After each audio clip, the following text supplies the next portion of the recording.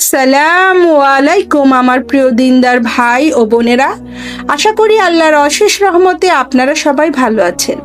রমজান মানেই তো ইবাদত আর সওয়াবের বসন্তকাল। এই পবিত্র মাসের প্রথম 10 দিনকে বলা হয় রহমতের দশক। আর আমাদের এই 10 দিন প্রায় শেষ হয়ে যাচ্ছে, কিন্তু আমরা কি পেরেছি আল্লাহর খাস রহমত লুফে নিতে? আজকের ভিডিওতে আমি আপনাদের বলবো রহমতের এই শেষ 10 দিনগুলোতে কোন বিশেষ আমলগুলো করলে আপনি আল্লাহর দিদার ও রহমত পেতে পারেন। ভিডিওটি শেষ পর্যন্ত দেখুন, কারণ শেষে আমি একটি বিশেষ দোয়ার কথা বলবো যা এই 10 দিনের জন্য অত্যন্ত গুরুত্বপূর্ণ। রাসূল সাল্লাল্লাহু আলাইহি ওয়াসাল্লাম বলেছেন, এই সময় আল্লাহ তাআলা তার বান্দার উপর বৃষ্টির মতো বর্ষণ করে রহমত। আমরা যারা গুনাহগার, আমাদের জন্য এই 10 দিন হলো আল্লাহর দয়া পাওয়ার সবচেয়ে বড় সুযোগ।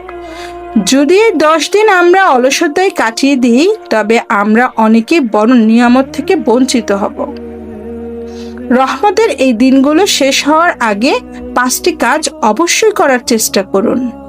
বেশি বেশি ইস্তেগফার। রহমত পাওয়ার প্রথম শর্ত হলো নিজের গুনাহের জন্য লজ্জিত হওয়া।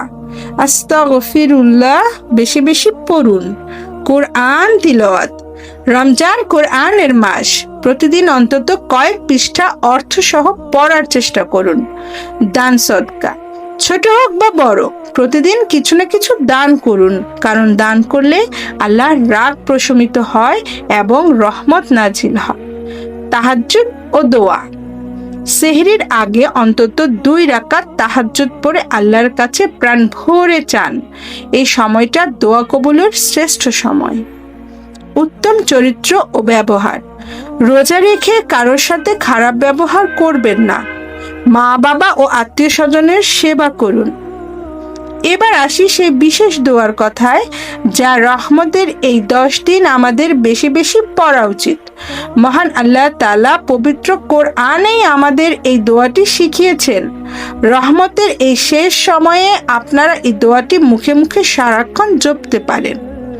দোয়াটি হচ্ছে, রাব্বিগফির ওয়া আরহাম ওয়া আনতা খায়রুর রাহিমিন। হে আমার প্রতিপালক, আমাকে ক্ষমা করুন এবং আমার প্রতি রহম করুন। রহমকারীদের মধ্যে তো আপনিই শ্রেষ্ঠ। সূরা মুমিনুনের 118 নম্বর আয়াত। বন্ধুরা, রহমতের এই কয়দিন আমাদের হাতছাড়া করা উচিত নয়। আপনারা এই 10 দিন কয়েকবার কোরআন খতমের লক্ষ্য নিয়েছেন, কি কি আমল করছেন কমেন্ট করে আমাদের জানান। ভিডিওটি ভালো লাগলে শেষ পর্যন্ত দেখুন। যদি 10 দিনে আমরা অলসতায় কাটিয়ে দিই, তবে আমাদের অনেক বড় নিয়ামত থেকে আমরা বঞ্চিত হয়ে যাব। তাই আমাদের নিয়মিত সুন্দর করে এই দোয়াগুলো পাঠ করা উচিত। আল্লাহ আমাদের সবাইকে রহমতের এই 10 দিন তার খাস রহমতের দান করুন। দেখা হবে পরবর্তী ভিডিওতে। মাগফিরাতের 10 দিনকে আমল নিয়ে আমরা আবার পর কথা বলবো। ততক্ষণ ভালো থাকবেন। আল্লাহ হাফেজ।